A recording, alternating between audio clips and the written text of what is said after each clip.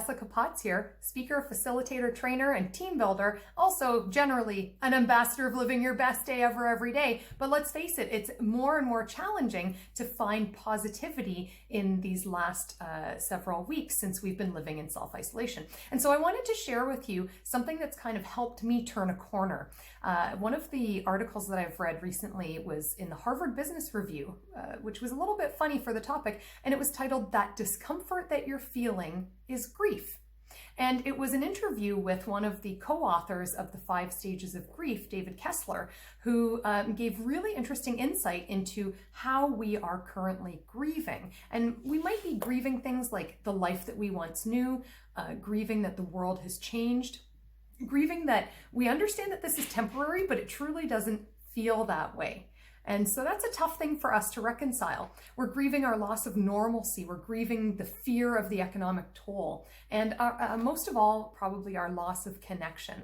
And so when we think about those 5 stages of grief, this is how it might have sounded in the last couple weeks. Denial.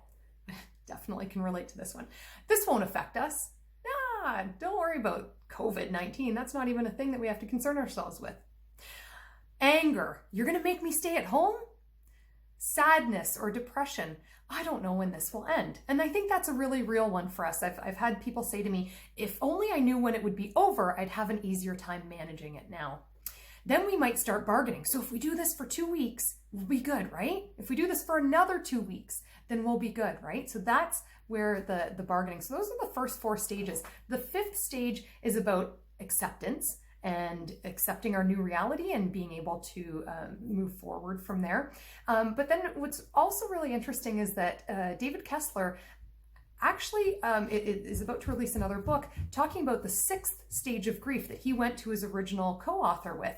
And he's looking to add the 6th stage of grief, which is finding meaning and purpose. And so this is where I'm kind of at right now. I'm just getting ready to accept this new reality and really truly looking for meaning and purpose. And so I hope that if another thing that the article said is if you can name it, then hopefully you can manage it. And so I'm hoping that this video helps you understand which stage of grief you might be in during this self-isolation time frame.